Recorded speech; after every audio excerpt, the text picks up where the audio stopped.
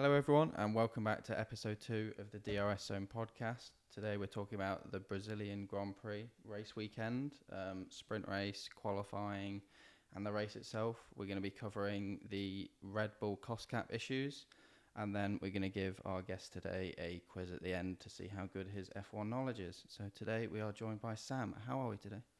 Hi, I'm good, thanks. Yeah. Had a busy week already. It's only Tuesday, so Yeah. Ready for the podcast? more than ready. Nice. Alonso fan, I believe. Very, very much an Alonso fan since 2004 when I started watching. Nice. So Alpine fan, or are we? Not a bit after this disappointed? weekend. Yeah. I'm not.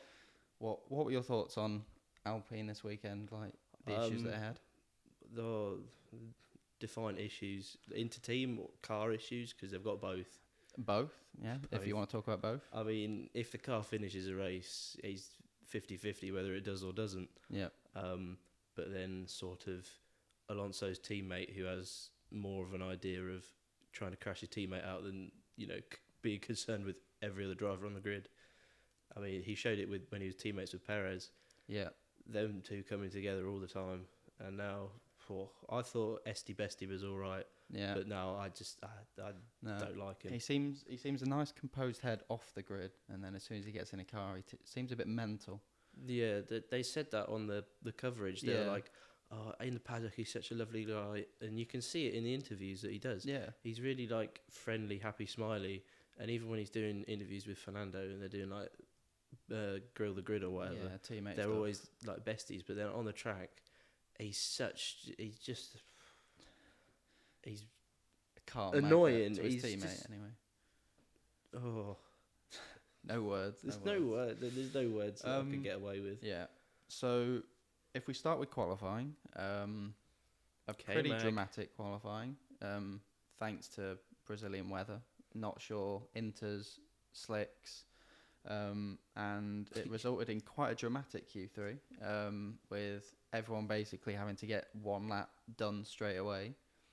Kevin Magnussen pulled it out of the bag. What were your thoughts on his qualifying? Well, he got it right when he needed to. Got the slicks on. I guess he was out first. Yeah, I think because Hasso at the end of the garage gave them a bit of an advantage to get him out. But yeah, I thought he was. I thought he drove brilliantly. I thought he showed what he can do, which I've always said that I think Magnussen. I would have loved to see him in a higher up team just to see what he could do. I think maybe a Ferrari or something might have suited him really well. But yeah, got himself on provisional pole. Everyone was thinking, oh, when is the rain coming? Can people get another lap in? And that was sort of taken away and gifted Magnussen the pole when Russell spun at turn 4. Georgie boy. Yeah. It's from Kings Lynn. I live near Kings Lynn. It's like I could go down there and I could just scream, George Russell's won, and everyone's like, yeah. Yeah, but yeah. So it was sort of a bad thing at the time for him, but sort of worked out for him as well because, he did still start in P3 for the sprint. I mean, no, P2 for the sprint. Oh, no, it was P3 because Verstappen was in front. I mean, he's basically crashed it, secured himself top 3 on the grid. Yeah, which is what someone was saying. I can't remember who it was. Yeah. It might have been WTF1 or something. Yeah, probably. But I mean, that sort of set his weekend up though, because we moved on to the sprint and Magnussen did lead into turn 1 and led a lap. Best start out of anyone that I could see. Great start off the grid. Russell managed to get through. Got himself into first, and the Mercedes looked quick this weekend. Which, annoyingly so, yes. Yeah, I didn't think was I didn't think that they'd have sort of the pace. I thought because of the straight line speed of the Merc, I just didn't think it would be their weekend. But clearly seemed to have the best car on the grid this weekend, which was a shock, I think, to most people. Yeah, I mean, considering last year and just the last decade of boringness, I've said it multiple times, they killed the sport by just dominating it so much. Like even when Schumacher was dominating, Yeah. it only lasted for so long, and he always had some sort of competition. Apart from when Ferrari made arguably the best F1 car of all time. Yeah. But then that was only like a 5 or 6 year period where Ferrari were dominating that badly. Yeah. But then Mercedes, it's been almost a decade, Yeah. and I just got sick and tired of hearing the British anthem and the German anthem as the only anthems played on the podium all season long. I got sick of it. So whenever Verstappen started winning, I was like, oh, thank God for that. Yeah. And I think a lot of people like that. A lot of people, obviously being a Mercedes fan myself and a Hamilton fan, I was loving it. But I think for everyone else, they just wanted to see something different. I think. yeah, it's like there's a quote: "We didn't want Verstappen to win; we just wanted Hamilton to lose." Yeah, I think a lot of people just, even if they didn't like Verstappen, were supporting him just because they wanted to see someone different on the top step. But I didn't think that. Well, the sprint was very, very good. To be fair, 34 overtakes, I believe. But it's Interlagos, isn't it? Yeah, I mean it's such a good circuit. I say it every time. Should be the finale. Yes, I agree with you. I don't care how much oil money they put into the Abu Dhabi given in Grand Abu Prix, Dhabi, but Interlagos should be the finale. I mean, it used to be the first round of the season, and then it was the finale, and we were like, "Oh my God, this is insane!" It was always a It's good final always race. been a good race. I can't remember the last rubbish. Yeah, it's like, I mean, last Brazilian. year was really good. I mean, I didn't enjoy last year because of who won it, but Yeah, but I mean, I think every year it pulls out a brilliant race. And I said in last week, 2 weeks ago now, the first podcast, that it's in my top 3 circuits on the grid, 100%, because it always delivers. yeah, But yeah, overtakes galore. I think because of the track layout, it helps. I think really one of the biggest sort of gainers from the sprint was Mick Schumacher, getting up to P12 from last on the grid. yeah. Whereas his teammate went from pole to 8th, which It was a nice little 8 position sway for both of them. yeah. And I mean, I sort of, I feel a bit bad for K-Mag because obviously, you know, such a great qualifying, no one expected it, but I think even in his own head, I think he thought, yeah, I'm going to drop quite a few places. Yeah, no, K-Mag knew he wasn't going to stay up there for very long.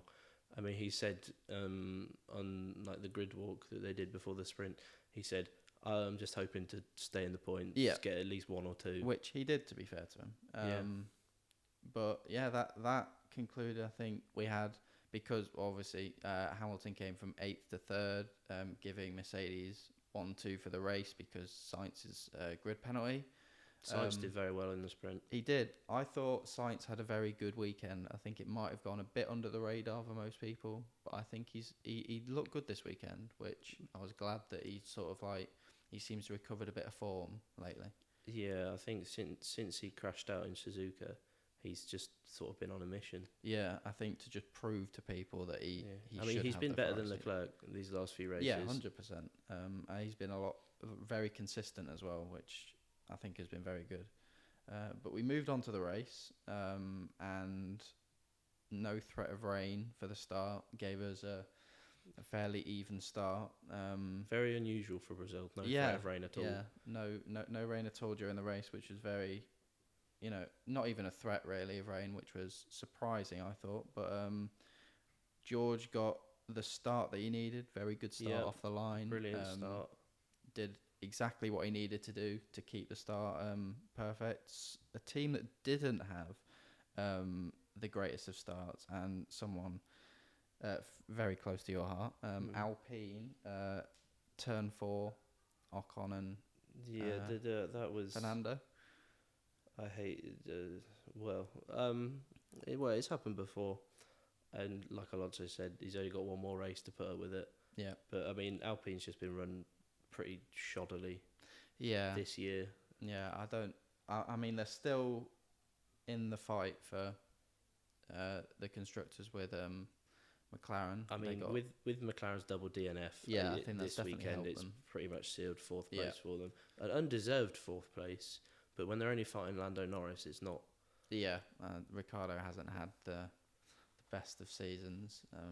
Returned to a bit of form last weekend, but perfectly segueing onto another poor race from him because it was a poor lap. Yeah, a few corners later, hit the back of Magnussen, whose weekend sort of crashed, really, quite literally, going from pole on Friday to out lap dead one. last, pretty much.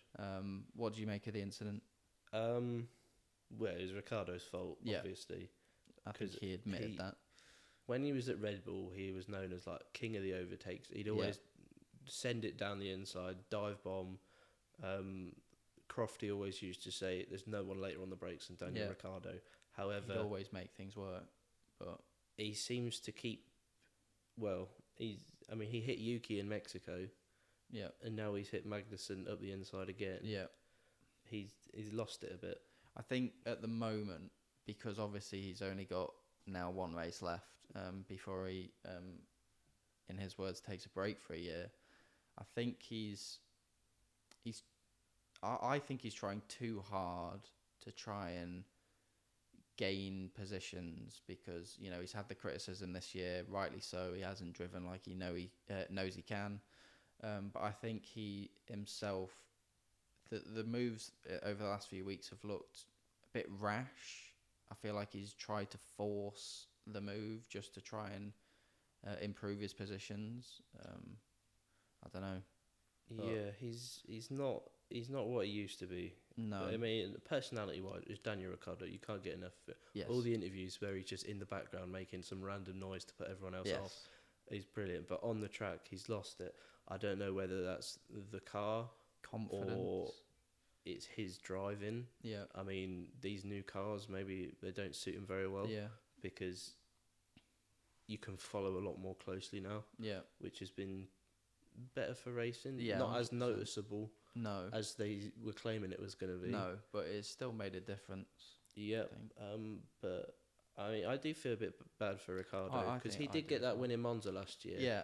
Which was pretty much on merit. Yes, I think the success that he's had, I think a lot of people based off this year have been very quick to sort of just discredit toss him aside. Yeah, and just go, oh, he's awful. He's not very good.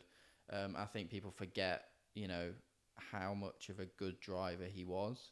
I think he has still can be as well. Yeah, and he, you know, because it was only like a year and a half ago that he was winning a Grand Prix.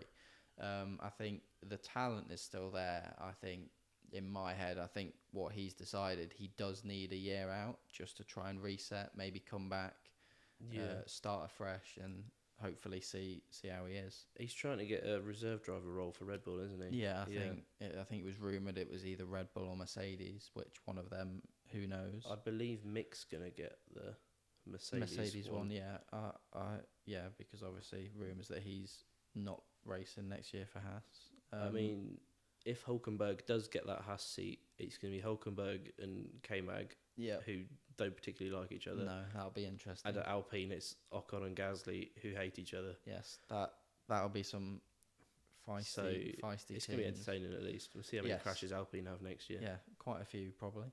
But we moved on after a safety car that went out for that crash to a rather dramatic safety car restart down into turn 1 and 2. Verstappen and Hamilton hitting again. As a Hamilton fan, how do you see that? As a Hamilton fan, I would say, in my opinion, I've watched the incident. I've watched the Sky Pad that they did after analysing it and everything like that. I think that when a car steams round the outside in turn 1 in Brazil, a car on that outside always will know I'm going to have a really compromised line going into the second right-hander, and it's going to be a tight line, and you're going to have to go wider. So if you've got a car on your outside who's going to be turning in, I think I do agree with what happened in terms of the penalty to Verstappen, but I think Hamilton could have given him a bit more room. I will say that, But if you do have a look at the angle, if you take Hamilton away from the incident, and I think this is why they gave him the penalty, because I think they gave it for forcing a driver off circuit, not hitting him. I think it was because of the angle. Yeah, I think the angle that Verstappen was going into that corner, if you took Hamilton away, Verstappen was going off circuit or would have had to slam on the brakes really hard into the turn to make it. I think that's why he got the penalty for...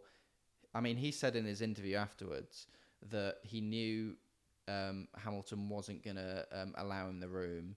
He knew he was going to still go for the move anyway. And in his own head, he knew that they would make contact, but still went for it, which I don't quite understand, because I think any other driver in that situation, if they know, if I go for this, I'm going to crash with someone, they back out to save their own race. And I think it would have been... I think that's something that Verstappen still... he's still young. He's a very good driver, don't get me wrong. He's incredible talent. Probably joint most talented driver on the grid with Fernando. With Hamilton. No, he's washed. But I think that Verstappen still has a lot to learn. And I think that's something that when he gets older, he will start to learn, is the fact that those sorts of moves you don't go for if you know you're going to crash into someone. I think the more experienced drivers like Seb, Alonso, Hamilton, if they know that that's going to mean contact, they will back out and just live to fight another day in that way. Yeah, there's many different ways you can look at it, but fundamentally there's basically three ways you can look at it. You've got the Hamilton versus Max supporters, that's one way. Yeah. And then you've got Max has been completely villainised by quite a lot of media over the last few months, basically, and to the point where he boycotted an entire international he did coverage, which, I mean, I've noticed it quite a lot. Yeah, I think the sly digs that he's getting off the media are incorrect. I think that you can't, a lot of the things that happened last year, you could say the contact between them, you could argue, either way. Some would argue Hamilton, that's the argument that you said, the Hamilton versus Verstappen fans. Yeah. But I think the end of the day, the issue that decided the championship was not a driver issue. It was an FIA issue. So I think pinning then that, I think as it was Ted Kravitz said that Hamilton was robbed.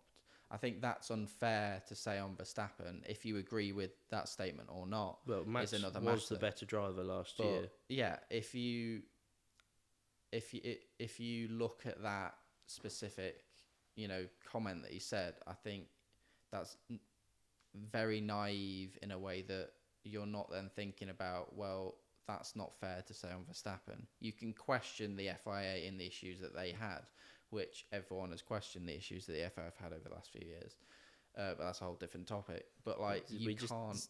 Yeah, you can't. The FIA don't need to be mentioned. Yeah, you can't mention an FIA decision, an issue with them, and then pin that on a driver and criticize a driver for that, because they have no control over it. So I think that is wrong.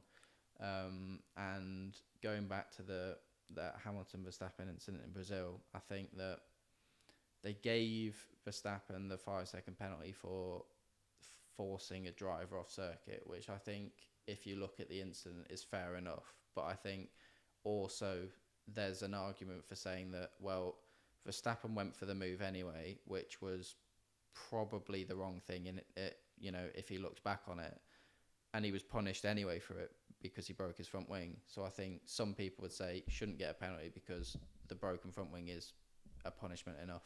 Yeah, I mean, with the vilification of him, I feel like he might sort of be playing up to it, because a very similar things happened in the NBA a couple of years ago.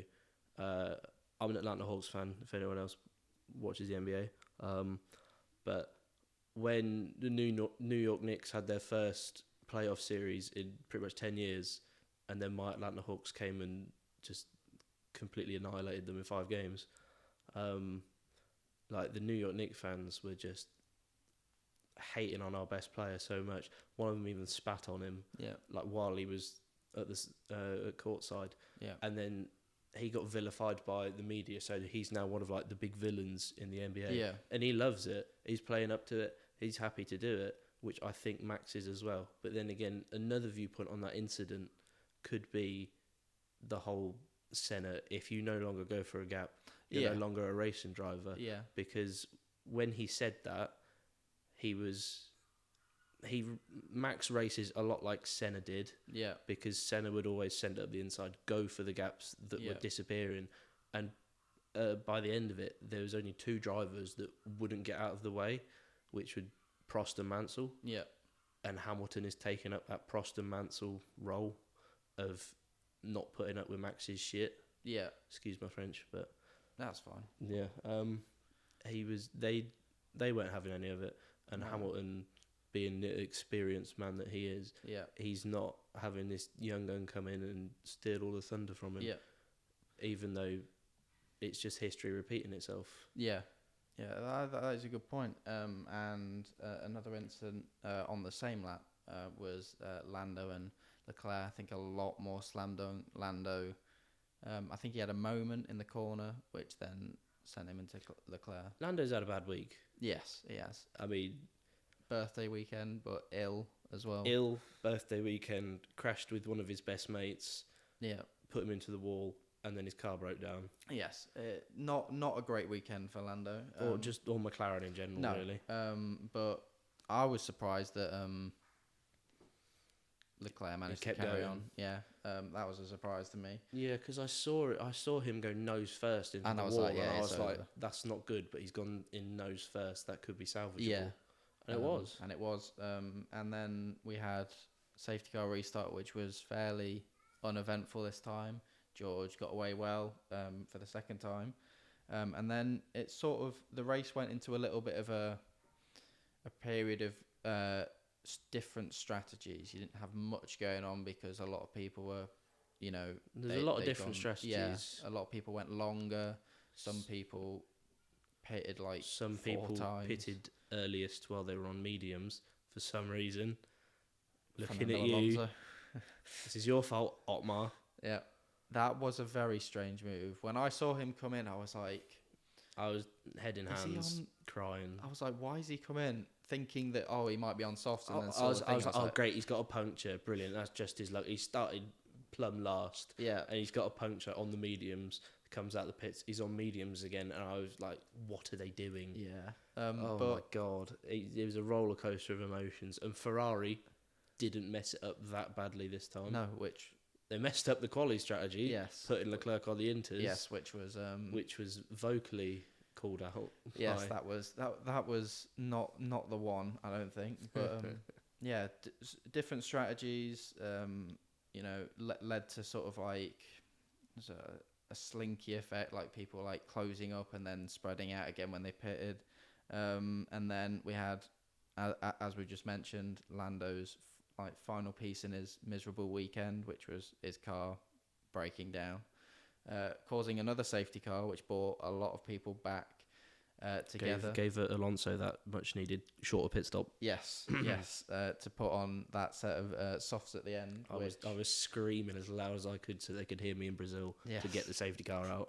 Get it out, get them on softs. And let the race go on, which then got very interesting. First of all, before the safety car managed to come in, it was out for ages, though. It was out for absolutely ages.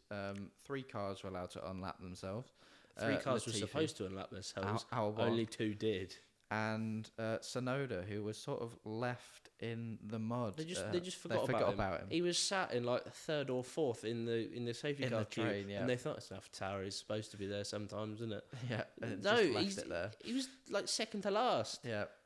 Latifi managed to overtake him because they actually allowed Latifi to unlap himself, but not Tsunoda. So Tsunoda sat there. Well, they expect Latifi to be there. Yes, they do. So Tsunoda's there. safety car comes in. Sonoda sort of parks it on the left-hand side and lets every single car past him. It was just so sad. Which just was, watching yes, that poor was, little Yuki just like practically grind to a halt, letting everyone pass. yeah, And then you see on the thing, he's a minute behind Latifi. yeah, And that's no one's ever been a minute behind Latifi No. before. no.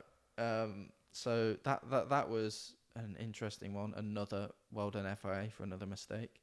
And then we sort of had Alonso charging forward, As he does. Leclerc being able to recover a pretty poor race up to that point. I mean, Leclerc had a good race until he came on the radio and ruined it. Yes, and we'll get onto those radio messages in a minute. Someone who didn't benefit from the safety car was Sergio Perez being on the wrong tyre, and sort of falling backwards, overtaken by a lot of cars, including his teammate, which again we'll get onto. 4 cars in the end, I think. Yes. So it was both Ferraris. It was Sainz, Leclerc, the best Alonso. driver of our generation, and Verstappen. Yes. Yes. I'm not going to agree with everything you've just said then, but we'll move on. End of the race was the Alpine message. Oh, the Alpine message to Esteban Ocon. What did you think of that, by the way? I was like, I was just shouting at him. I was saying quite harsh words to him. I was like, "You better not ruin his race. He's on fresher tyres. He's on quicker tyres. He's on a better strategy than you. Know your place." Yes. Along those lines, I personally, for me, for that incident, I agree with the strategy being someone who is really interested in strategy in Formula One. Yes, the correct decision, let him pass because he is obviously going to finish up higher than you. I did sort of agree with Ocon in the fact that I agree with he what needed said to get about, Vettel, but and then he's been in as long as you F1 left. since 2016, Yeah. and they're still telling him to not attack their teammate. Yes, That's he does not need good. to learn at some point. And he's under contract for another 2 years. I don't Yes. know why they gave him such a long contract, which is why Alonso's gone to bloody Aston Martin. Yeah. Well, mainly because of the money, but Hey, they might do well next year. You never know. they won't. It's Aston Martin. But like Ocon, just he crashes into his teammates more than anyone else. Yeah. Apart from Verstappen. Yes. But the fact that they're having to go on the radio more often than not to tell him, calm down. Yeah. This It is for worrying. the team. It's definitely worrying. And he's more focused on himself than the team. If this was like for World Drivers' Championship, I'd understand. and it was between him and his teammate, and they were just like, yeah, but I want to go. If it was for a win, even or even a podium, you'd be like, yeah, okay, fair enough. Yeah, because I mean, if all the front runners had crashed out or whatever, or they'd retired, and it was Alpine 1-2, just completely random, like Hungary last year. If it was Alonso versus Ocon in Hungary last year, Ocon would have crashed into his teammate. Yeah, but you would have understood the message then. But I think, especially when you're in such a tight battle with McLaren and them getting a double DNF, you need to maximise your points, which I did think Ocon did the right thing at the end in terms of not letting him through straight away, because that might have put him under pressure from cars behind. Let the race settle down, get Vettel, and then let your teammate through, which he did, which I think, a lot of people at Alpine would have, been very grateful that nothing happened there. And we finished the Grand Prix with George Russell, first win. Big old Kingsley. A few people watching this will not enjoy that. One of my friends, shout out Jacob, who definitely does not like George Russell. He's a bit of a wet blanket in interviews. He is. But yeah, very happy for him getting his first win. I think he's definitely deserved it. Hamilton in second again. A really good result for the Mercs this weekend. Absolutely maximising what they could. Sainz again, that sort of like under the radar for me, getting the podium. Really, really well done from him. Yeah, I mean, he finished third on the podium. People were talking about it, and it's still an under the radar result for him. Yeah, which I think it's a bit unfair. I thought he drove a really, really solid race. And then But it was Leclerc's message to the yeah, team we had two that undermined his podium. Yes, I think we had two incidents at the end with Ferrari and Red Bull, who are obviously Perez and Leclerc fighting it out for second in the championship.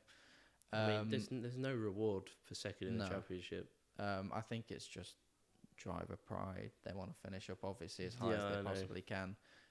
Red Bull obviously won that 1-2 in the championship, which they've never, they haven't got before. But Haven't they?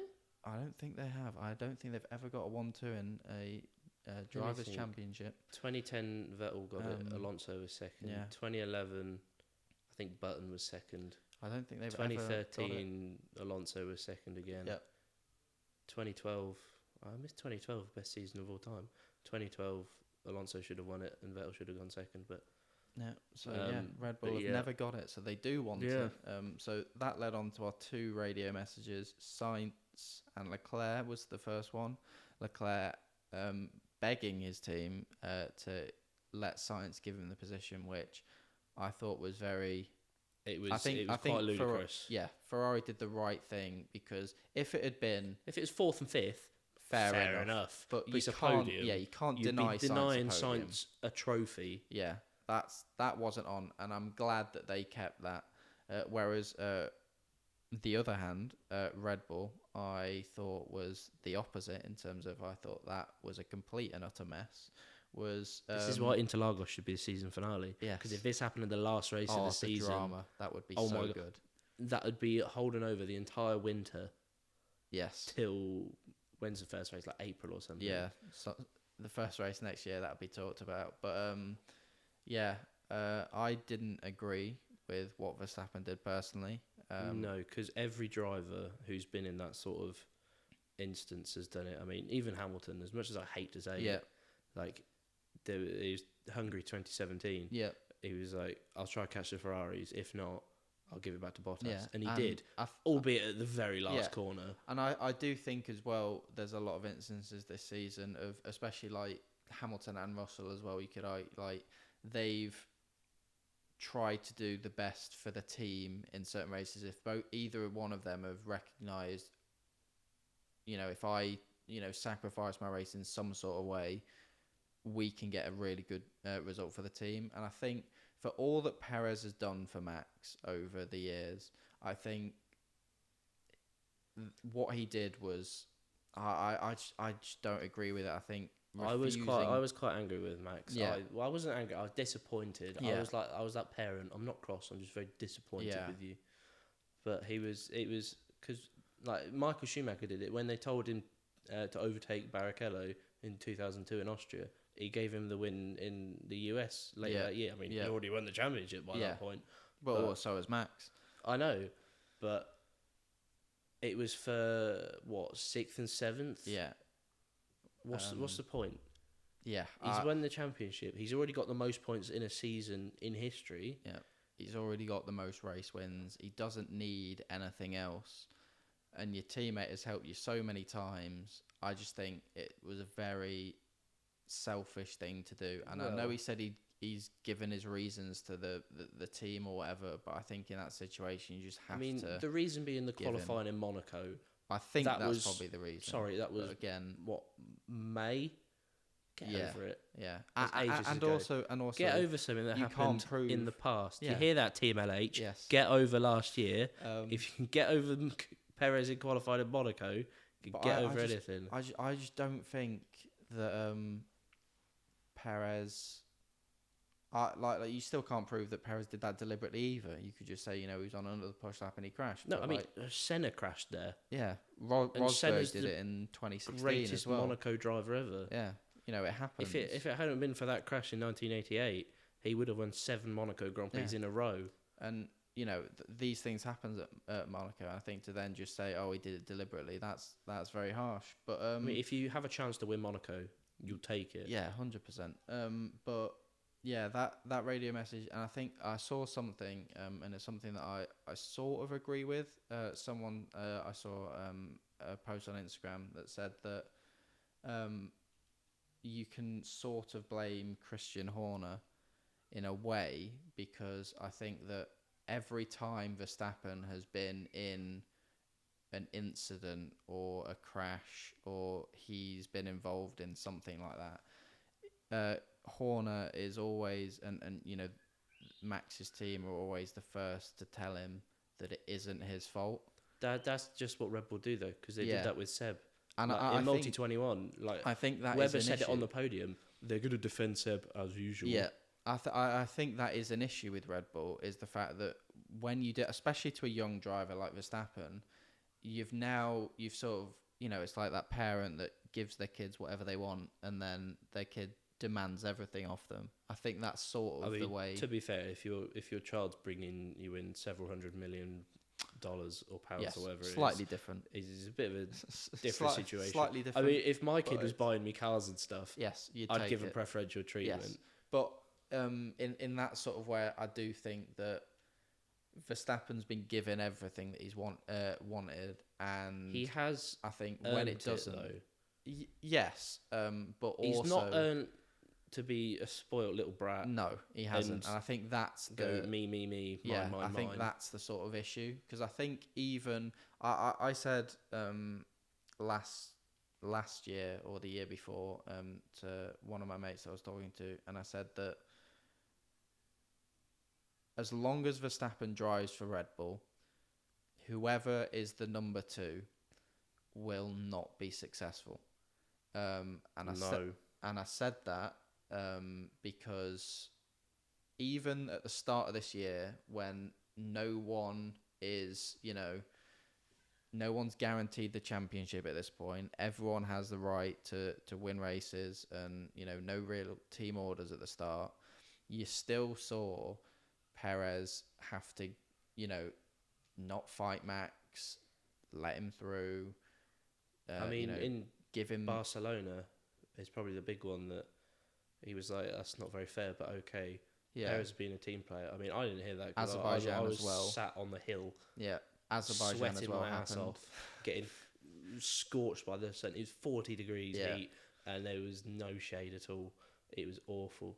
But I got a holiday to Barcelona for a week, so I didn't enjoy it. It was too hot. But yeah, I think that is an issue with Verstappen that is an interesting one, and I think that is a problem only with Verstappen though, because no, I think it's an issue with Red Bull in general as well. At the start, when in the 2010 championship, Webber was more likely to win it because he was second going into that final round in Abu Dhabi. Yeah, but then Vettel won it because they got stuck behind Vitaly Petrov, which is another driver I don't like because he cost Alonso a championship. Yes, but I mean that was before DRS and before Abu Dhabi's just crap for overtaking anyway. Yeah, but it's an interesting one. I just don't think personally. I think Verstappen should have just. You might not agree with the way Red Bull's run, but it works. It works, but I just think won they just championships need to be slightly fairer. For a team that's only how old? 2005 was their first year. For a team that's only 17, 18 years old, that's won 6 championships. It's won a third of the drivers' championships that it's partaken. Yeah, they've done sensationally well. I just think that some of the things that they do, I don't personally agree with, and I think that is, this incident this weekend is definitely one of them, where I think the amount that Perez has helped Verstappen and played the team game. You say that though, but I mean, people bring up Abu Dhabi last year, say, look at Perez's defending. Yeah. If it wasn't for Perez's defending, Verstappen wouldn't have been able to have that pit stop and whatever. Perez held Hamilton up by 12, 14 seconds or something in total. Yeah, I think it was around that. A pit stop is not that much. Especially at Abu Dhabi, regardless of how much Perez held him up. Under safety car or VSC though, that is but they were under safety car conditions, so he would have come out. It was Hamilton, Verstappen, Perez, and if Verstappen came out behind Perez, they would have let him past. Yeah, even if his car didn't die. Yeah, at the end. I think the argument there was that it then didn't allow Hamilton to pit. I think that was what a lot of people said. No, Mercedes were just but- too confident in their car because once Hamilton had gotten past Perez and Perez had let Verstappen through, Verstappen had like 2 laps to overtake him before his car just couldn't keep up. Yeah. And that was because of the fresh engine in Hamilton's car. Yes. But If we so that was the race weekend. Obviously, we had Hamilton got driver of the day. Somehow, some Spanish geezer made up 12 positions and didn't get driver of the day. That's how the F1 game works. Whoever makes the most positions up. Yep, it is. I lapped everyone in a race, and Lando Norris gained 4 positions. He got driver of the day. Yeah. Brilliant. Everyone loves Hamilton in Brazil, though. I don't know why. Because he stopped the last chance Brazil had to get the championship. Yeah. They've sort of adopted him as their own. Who knows? America should have adopted him because he spends more time in America than he does anywhere else. Yes, that is true. And then we had Russell fastest lap, completing that 26 points. So he got a great haul. It was for him. almost a Grand Chelem for Russell. Almost. If the pole was there, which, to be fair, if it hadn't have rained, it might have been. It might have been. Verstappen might have got it. Yeah, I think because qualifying it was pace. cooler. Yeah. Red Bull doesn't do too well in the heat, I don't think. Yeah, no, I think. But yeah, so that was the race weekend. Out of 10, what would you give that as a race weekend? Well, so far, it's the best race of the season. Yeah. Depending if Alonso wins in Abu Dhabi, that might be the best race of the season. That might change your mind. But Brazil always produces a banger. It always is. It's the best race of the season. Yes. Like the majority of the internet is saying that it is. 100%. I can't remember. I mean, Saudi Arabia was quite good this year. Yeah. Silverstone, which is always a good race. What happened in Silverstone? I forgot. Oh, Sainz won. Yeah. There was the battle between Perez, Leclerc, and Hamilton at the end. Alonso was up in that fight as well. Yeah. Any race where Alonso does good is a good race for you. For the sport. For the sport. For the sport. We'll say for the sport. Sorry, but if you have a 41-year-old man schooling all these 20-year-olds, and they're saying, "Oh, he's too old. Yeah, all these kids are miles behind him. Yes, keep him. Fangio won 5 titles in his 40s. Just saying, he did. But yeah, I think that I would personally give it. I'd say a 9. It's definitely for me. It's definitely the best race of the year. Yeah, I think it always. It would be a 10, but with the radio messages at the end of the race, that did it soured the taste. Yeah, because a lot of people talk about that after the race instead of the racing. Yeah, both of them were not positive radio messages. Like, you have funny ones from people like Seb saying he's got something dangling between his legs. Yes. Or Alonso yelling karma down the radio. Yeah. But when you got, give me the position. It's not. Yeah, it's just. That's all anyone's going to be talking about until Abu Dhabi. Yes, it's not great. If we move on from this race weekend and talk about our highly requested topic, which was voted by everyone on Instagram as the topic they wanted discussing, which is the cost cap, which was obviously an issue that sort of arose with Red Bull in Singapore and has now come to but hopefully an end in terms of everything has been dealt out by the FIA. Red Bull have been given their punishment. If I read out the punishment, I believe it was they've $7 been million. $7 million reduced aerodynamic testing by 10%. Yeah, that's next season. Yeah, that is. Your initial thoughts on what the FIA have done there? Do you agree with it? And do you think the punishment or just the whole cost cap situation with Red Bull in general?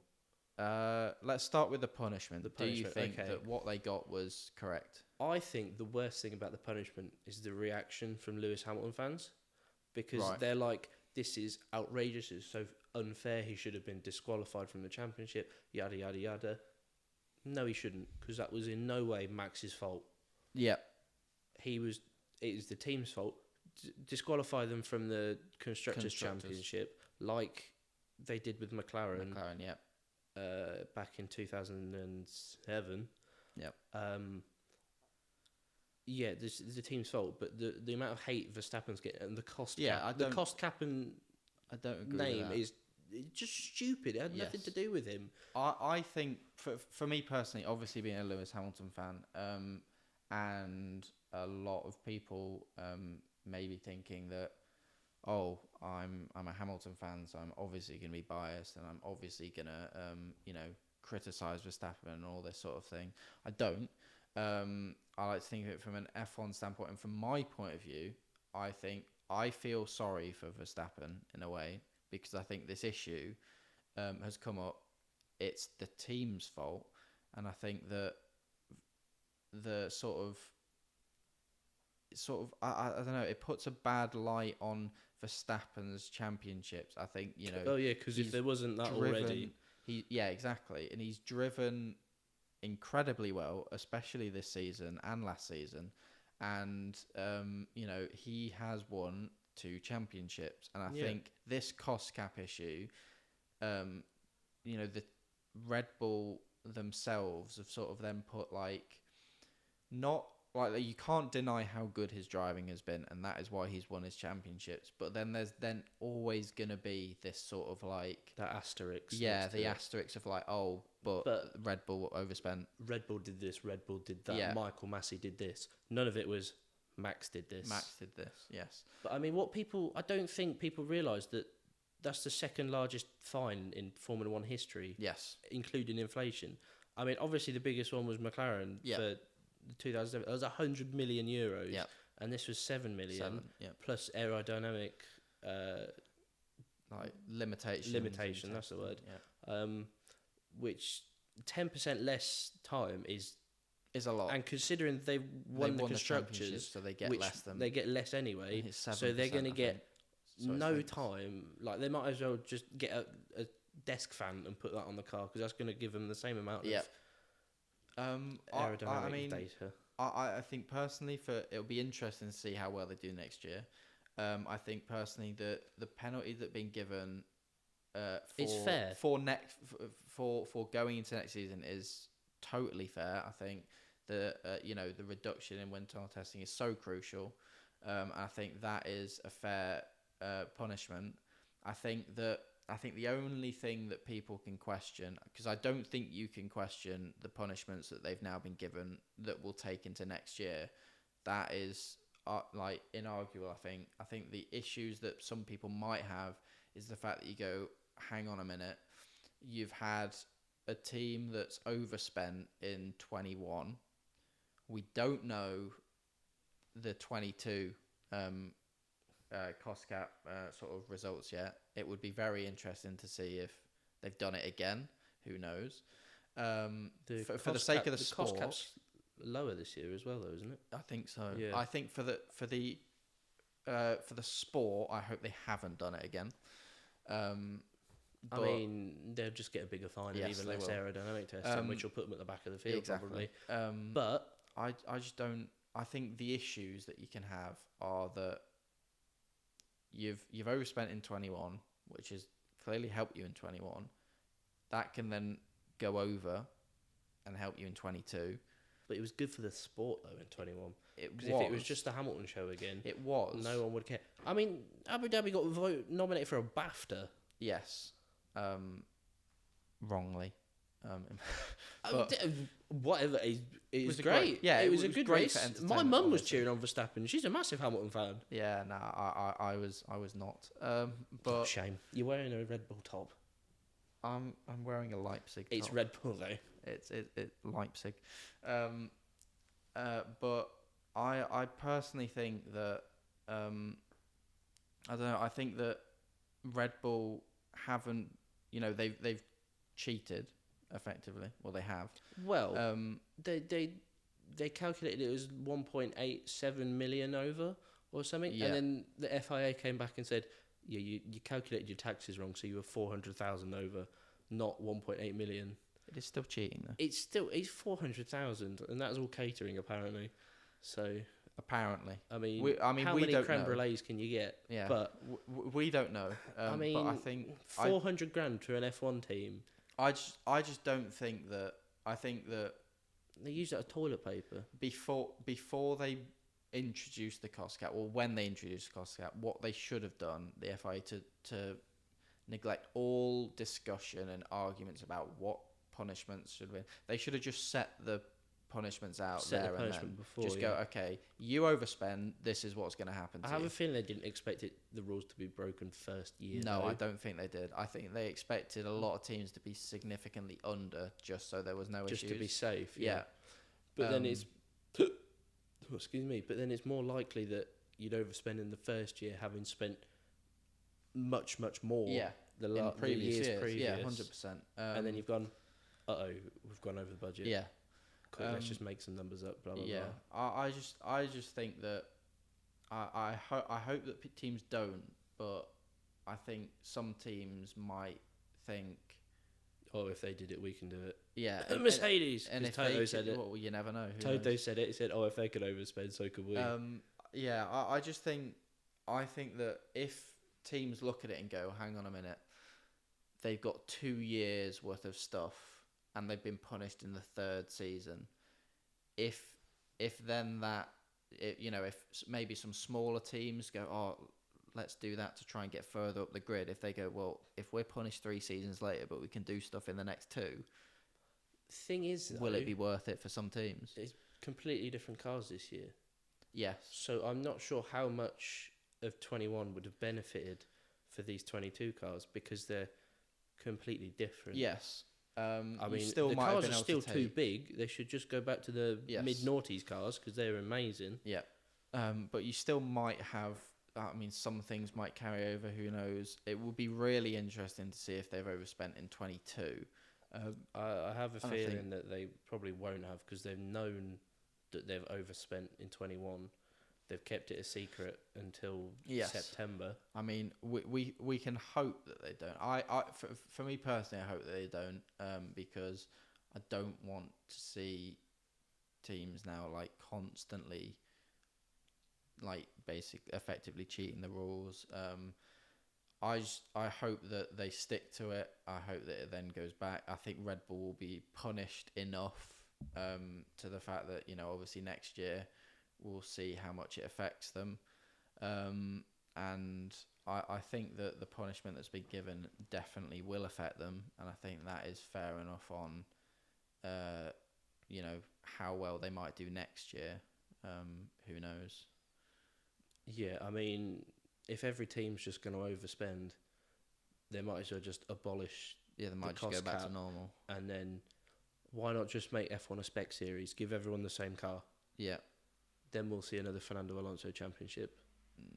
Maybe. It'll either be him, Verstappen, or Lando. Because what Lando's doing in that McLaren, it's very good. It is very good. So if we move on now, I think if you guys have any other thoughts on the cost cap, if you want to leave them in the comments of this video, and let us know your thoughts on the issues that have been talked about for a long time now. If we move on to our final part of this podcast, which will be how well does Sam know his F1? Let me get my quiz specs on. Indeed. 10 questions. The current number to beat, we've had one podcast, which was 2 weeks ago for Mexico. Jean-Luc is our only player on the board with 7 out of 10. So okay, I feel like I can depending on what these questions are, I can probably get 10. I would hope you'd rattle through the first few.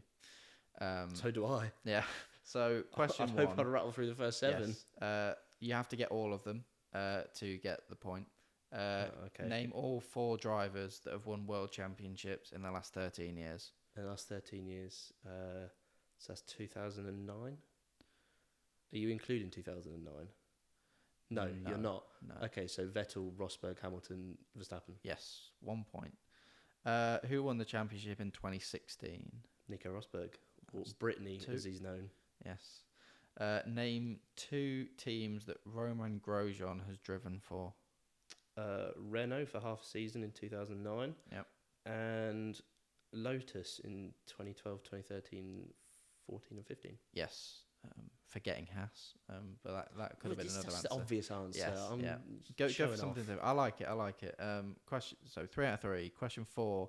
Who did Kimi Raikkonen drive for in 2012? Lotus. 4 out Who of 4. he almost bankrupted for scoring too many points. Yes. Question 5. Now you need 4 out of 6 to get the point Okay. here. Can you name all of the tracks in the 2012 calendar that are not in the 2022 calendar? Malaysia. Yep. China. Yep. Valencia.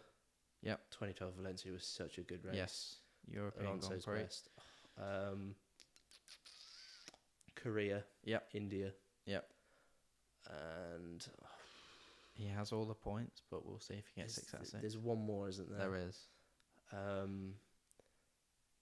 Not that one. Not that one.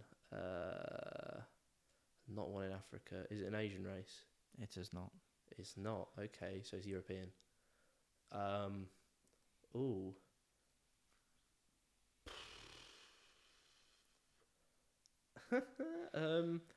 I should know this. I should know what country. You'll is kick it? yourself. I will kick myself. Yeah. But if you can't get it, you have got the 2012. point. I know this season off by heart. Oh God. We're gonna move on. Yeah. Because you What have is it? What is it? you have scored the point. It was the German Grand Prix. Oh, of course it was. Alonso Yeah. won that race. I should have known He that does. He did. Eddie Hockenheim. Yes. So 5 out of 5 so far. So final question of the Easy ones. like the modern era sort of questions. Which circuit? You'll like this because you're a great fan of his. Which circuit did Lewis Hamilton break Schumacher's record for the most wins in Formula One? Ooh, that's a good question. Thank you. Because I have 2 tracks in mind, and I think I'm wrong with both of them. Give us the 2. I'm thinking of either Russia or Turkey. Turkey, he won his 7th championship at. He did. And Russia, he won his 100th race at, I think. He did. He did, yeah. So I would say Turkey, but I'm not confident on that. It was 2020 he did it, wasn't it? Yes. Yes. 2020. Was it Turkey? It was not. It was Portugal. No, was he? Yeah, fair enough. So 5 out of 6 on the first segment. We go into the sort of more old sort of F1 questions. First one you should get. Who won more drivers' championships, Prost or Senna? Prost won 4, Senna won 3. Yes. So that is 6 out of 7. Question 8. Which Grand Prix did Ayrton Senna tragically die at? 1994 San Marino Grand Prix at Imola, 1st of May. San Marino Grand Prix is the answer I was looking for. So that is 7 out of 8. Question 9. Who was the first British driver to win a world championship? Mike Hawthorne in 1958. This man is good, ladies and gentlemen. This man is good. That is Sterling Moss should have won it, but he was a very good sportsman yes. and let Hawthorne win. 8 out of 9. Final question. What year was the first World Drivers' Championship awarded in? That's so easy. It's 1950. Yes. Giuseppe Farina won it. Yes, he did indeed. So that is 9 out of 10. I'm angry with that. I should have got 10, but it's Hamilton, so I don't really care. Sam is going to be definitely hard to beat, I reckon. 9 out of 10. Do I get a bonus point for detail? No. But 9 out of 10 is very good. He will be difficult to beat. If anyone can do that, I will be impressed. We'll see. His F1 knowledge is superior to most. That is it for today's podcast. Thank you for joining us, Sam. My pleasure. And we will be back next week for the final race of the season. Abu Dhabi. We'll see what happens. Battle with Leclerc and Perez for second. We'll see what happens there. We'll discuss that next week. Thank you for listening, everyone. If you want to leave any suggestions for next podcast in the comments, or go over to the Instagram, and I will put a poll out on topics that you might want to see. You can vote on which one you want. Like, subscribe, all that good stuff. Share with anyone that likes F1. If you know anyone, would be greatly appreciated. Thank you for watching, and we'll see you next time.